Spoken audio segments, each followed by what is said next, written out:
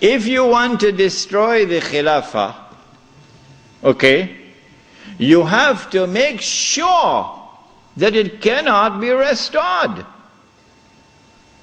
How can you take the entire world of Islam with so many ulama and ensure that not only is the Khilafah destroyed, but it cannot be restored? That's a tall order. How to do it?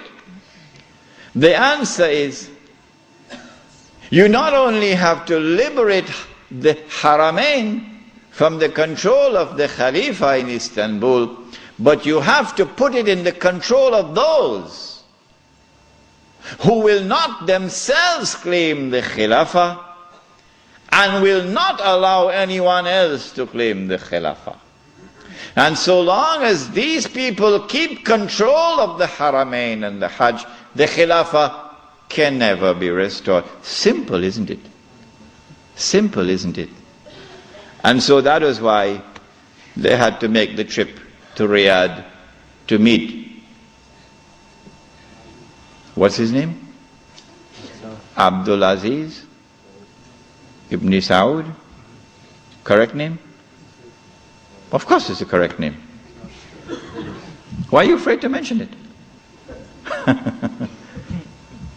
But Abdul Aziz Ibn Saud did not control the Hijaz. So he couldn't command the check for £7 million. He had to be content with something less than that. So what the British offered to him was, if you would sign the same kind of agreement with us and violate the specific command in the Quran and betray Allah and His Messenger and betray the Ummah, if you will do that, we pay you £5,000 a month.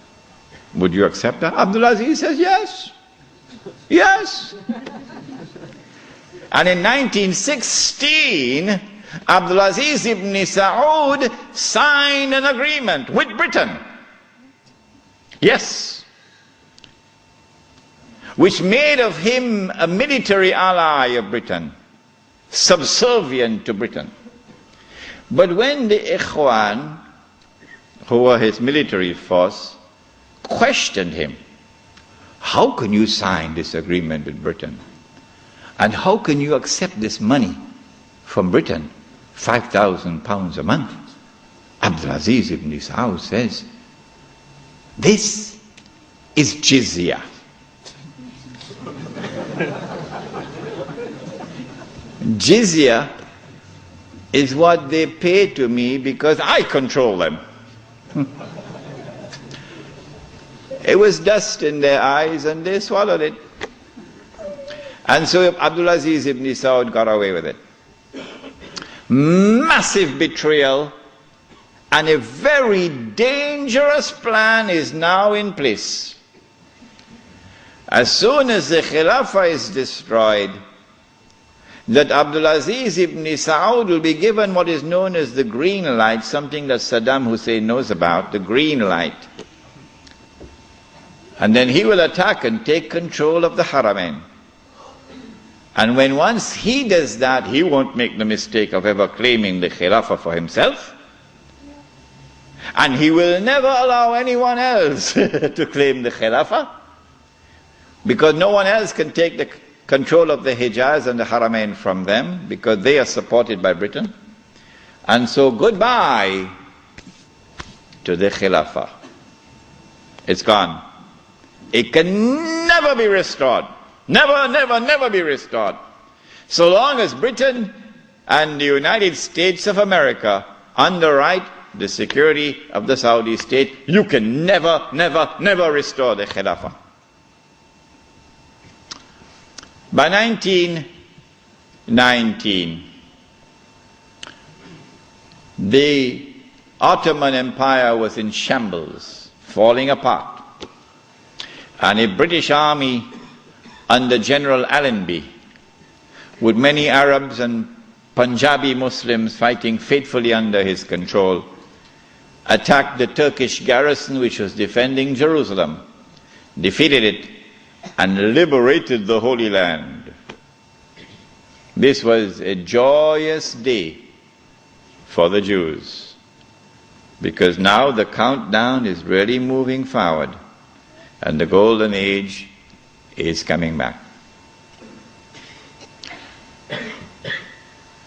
In the same 1919, when the Ottoman Empire is collapsing and it is losing all its non-Turkish possessions, all the Arab parts of the Ottoman Empire are falling away, the Greek army now invades the Turkish mainland, Anatolia. And the Turkish people now have a tremendous fright in their hearts because the Greeks hate them with a PhD in hatred.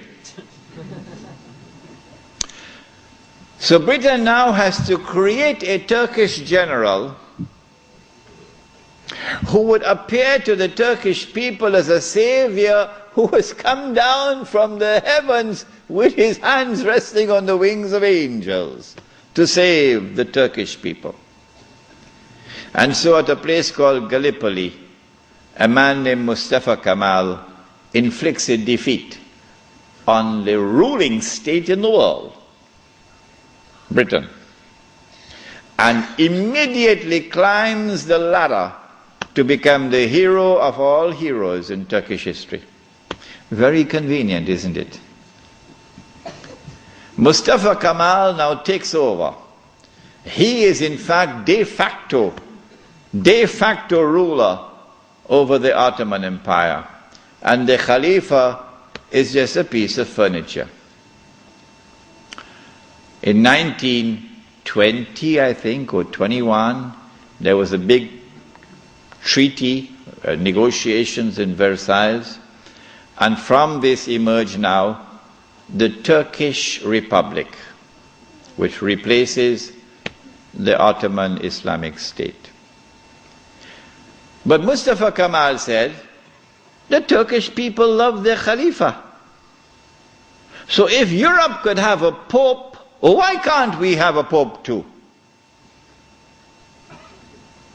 This was simplistic thinking on the part of Mustafa Kemal. If the Europeans could have a pope, well, so too can we. So the new Turkish government of Mustafa Kemal decided to take the Khilafah and remove from it all political authority and make the Khalifa the equivalent of the Pope. This was 1922.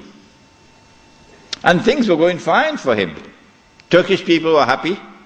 Khilafah is still there. And the leadership of the revolution in Turkey were very happy because we have a secular state now, modeled after the European state. But in 1924, on the 3rd of March, suddenly Britain demanded, of course this is secret, they won't reveal it, Britain demanded of Mustafa Kemal that he must abolish the Khilafah. The demand came from Britain. And on the 3rd of March 1924, the Turkish Republic abolished the Khilafah. The question we have to ask is, why did they do it when there was no need to do it? Nothing. It represented no threat whatsoever to the secular Turkish Republic. The answer for the abolition of the Khilafah on the 3rd of March 1924 is located in a place called India. But even the Indian scholars of Islam are not aware of it. Even they are not aware of it. When the attack on the Khilafah was taking place in the 1916, 17, 18 period, then Indian ulama, at that time the Indian Muslim community was one of the most influential Muslim communities in the world. And the Indian Muslim community was led by leaders who knew Islam and lived Islam.